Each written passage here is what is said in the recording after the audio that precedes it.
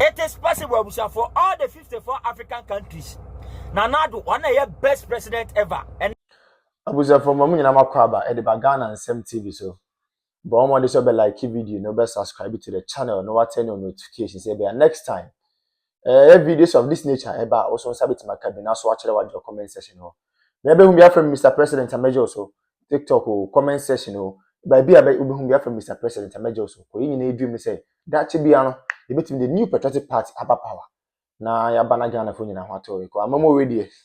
The need to Sudan say man we need that to be na the be a mekasim be say amanya some ye no. So what money under hwa.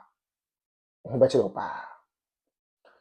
The moment I be hold the public office and say who say you own it a responsibility. I mean a sole responsibility to serve the ordinary Ghanaian.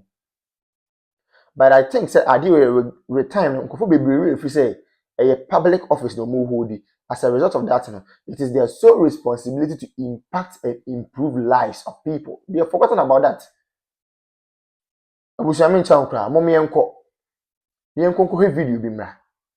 The video no we are going to take our time and digest the issues out of the perspective of the ordinary guy, not the perspective of Mr. President. Mommy enko message here.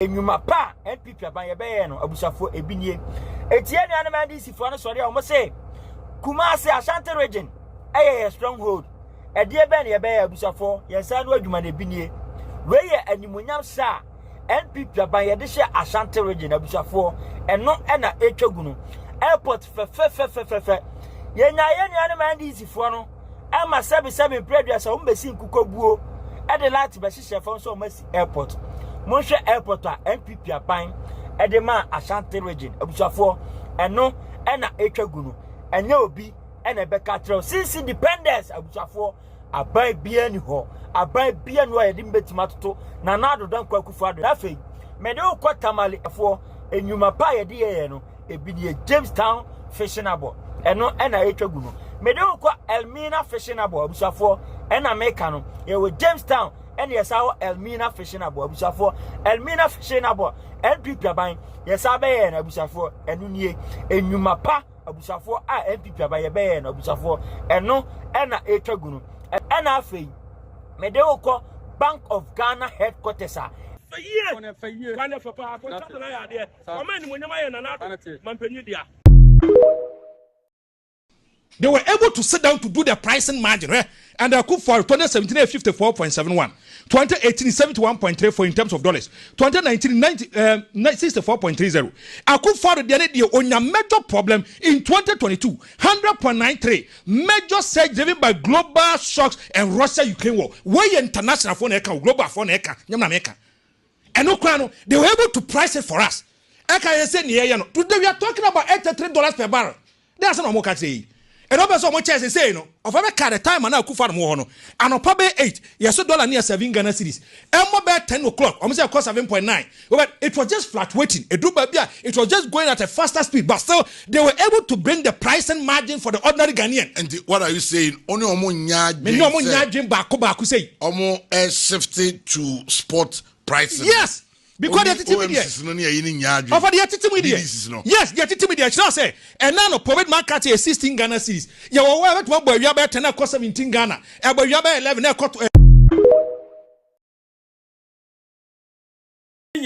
Yet taku sempoa obia carry cocoa bear bag do wakwani a man 5 million.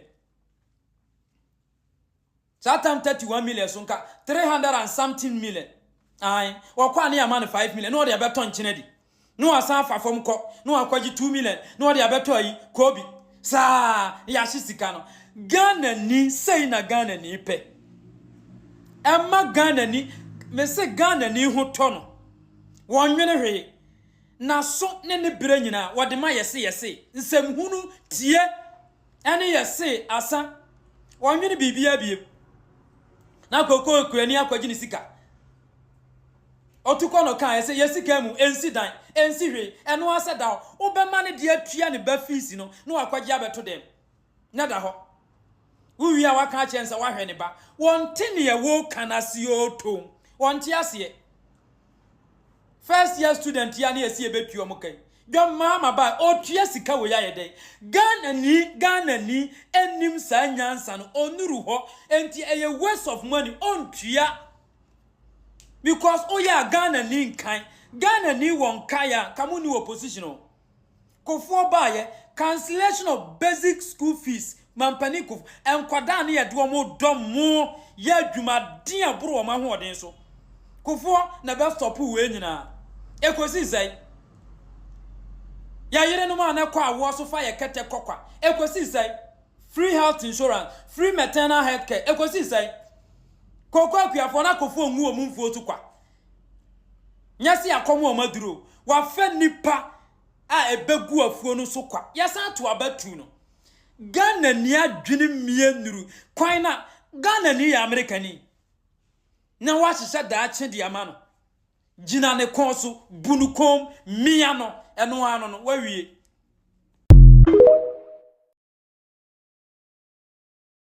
Edemano. Unya Kamila Al-Hassan. Ayi teacher ni yo se hwan ya woni akora bi de ba ye.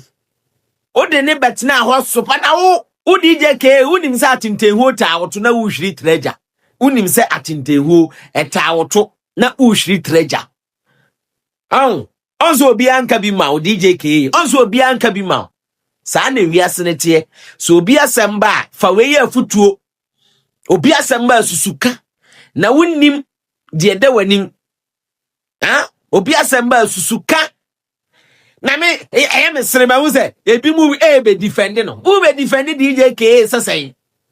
Enim guase we ya wagu ne ho. Wagu ne ho. Hey, DJ K nya nipa asem no wo ka no okromu a. Me se me DJ K no minim de ntia be se me kasa wakama asem. Wakama asem me wakama asem ya. Asa ne ye nya nipa. Asa ye de ne ye mfura busuam. Ene de wo me say baby I won ankasa no baby isu no ko fine na faye. Somebody can catch us say afaye. Afaye pa. Enti ne yentimi nka. Yentimi enka no say de nka ese ye ka no. Ene wo nti Kamila Al-Hassan. Ocha krom ha.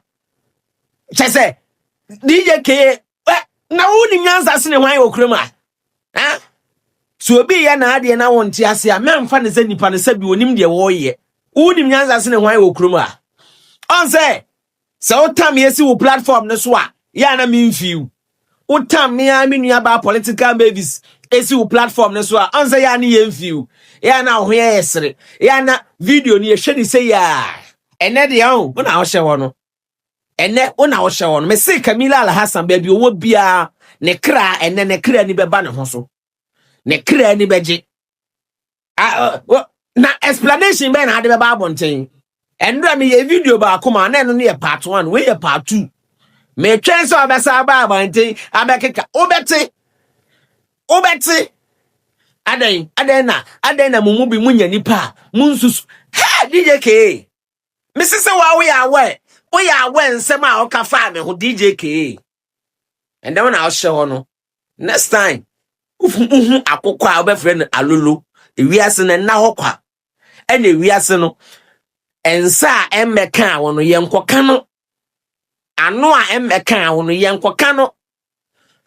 Kamila Al-Hassan video ba wo si obia wo ho kwan se video ba abonti on be kirechiro ma adwene ene wo so de aba ye be kirechirem ye de pen ni paper beto ho na wo kra se won sa anya good unsa anya good wo de be man ko foforo won fa ma assembly won fa ma sanitation bio anya wa sa sanitation for disika yakwaji loan na breast sanitation for mu fa nya hwe na wo ba obeje fi sanitation for na wo je ye no anya wa sako hwe no sako shi ta nso tonshina baby shi hey who ya dio nkwa ho ba eja hihie hey Mr. Pad unya ba perfect intro say what a pad sanya wide wo do say pad na be ye bibia mo It took about 15 minutes. You can even waste as much as 1.5 hours. So we are just pleading. They should just come to our aid. Make it a little more trouble so that it will be. I'm a teacher and I'm still here. My learners are in school waiting for the teacher, and the teacher is still here. So we are just pleading. They should just come and fix it for us. We beg them. How long have you been waiting? Oh, I got here for almost 4 hours. Yeah, if I'm not, yeah, 4 hours. Because I got here before 6 o'clock, and we are still here. It's 9 something. So it's more than almost 3-4 hours we've been here. And so these are the more residents who are gathered here, sharing their flight here. I understand your frustration, but let me engage some of the organizers of this particular demonstration. Now we understand you've blocked the road for close to 3 hours. She says she's a teacher. She's not able to go to school. So how long are you going to continue this? Amasaman, more than 4 hours. More than 4 hours. Join down. See we dey bia ye kan ho asem. Oman we just say yenim oman issue ayewo. Ko ye hwe ne ma papa na adan kwaku for Dr. Laji Mahmood Bawumia ye de ma oman we a.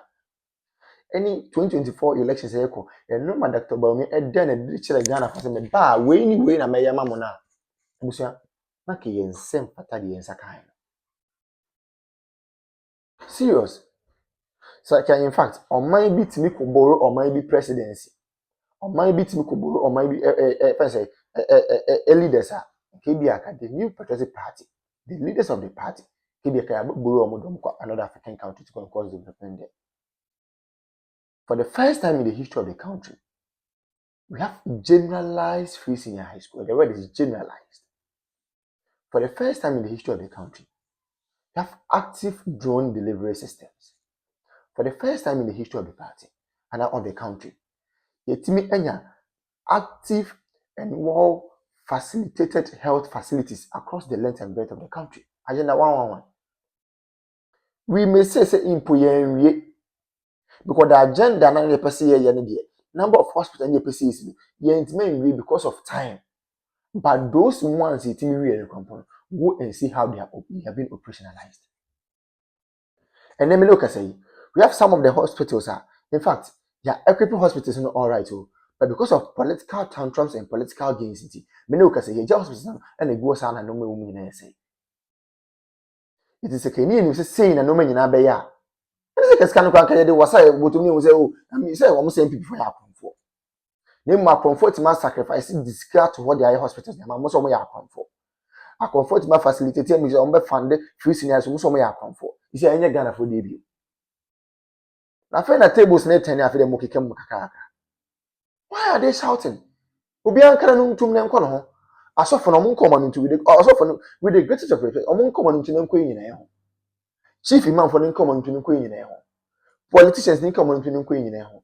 Market women no nkoma no ntu ne nko nyina ho. Obi ankara no ntu ne nko nyina ye ho. 2020 dua, they will know the way forward.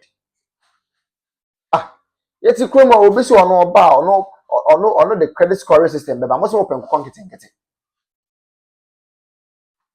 Nanze bibini na nkasa de se bi ye bibia yanketenkete ya adwen yanketenkete ye bibia ye bia invest square ye yanketenkete. We want everything in pieces. We don't want everything in bulk. Adi asem kra ni. Obi ma credit scoring system also open konketenkete. Obi introduce electric or electronic bus systems, most of them konketenkete. Is any one there? You people chose policy, you people chose music over policy. Then you tell me ho papa, and I feel I'm going to watch them. Me na wo ne wo sia chem se bi me na me ko ka che Ibrahim Dramani ma so o mema was come to mutu wa. Ye wa ha. Digitalization ye start say ye mo se da bi. Digitalization en to kinki, nti mo pe kinki sika. Nti amamu papa na ba o mo ma mo kinki amamu a ade da mo kam. Ye wo ko mo ya. E dey Ibrahim Dramani mama ko gina efese enkanfo mu gafo ka chom say oh gafo dey oh na mo dey onye kinki na mo hia digitalization bia. And I gafo say okay nye beto aba na ma boom boom. Mo to aba ma kinki government a etimi Sese die ko ye kra de menu now to me who letter bi a Y0uth for tro ye eba council of state member voter region. Na me se fiam hey Ramona Chapa ya hype say where can say Israel train Israel train. But the issue is true.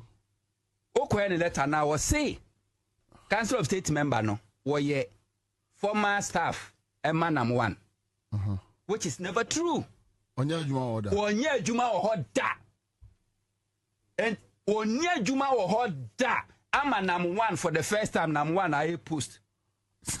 Oh yes, Nam 1 I post. Yeah, no catch you. We say, oh, the panel boy.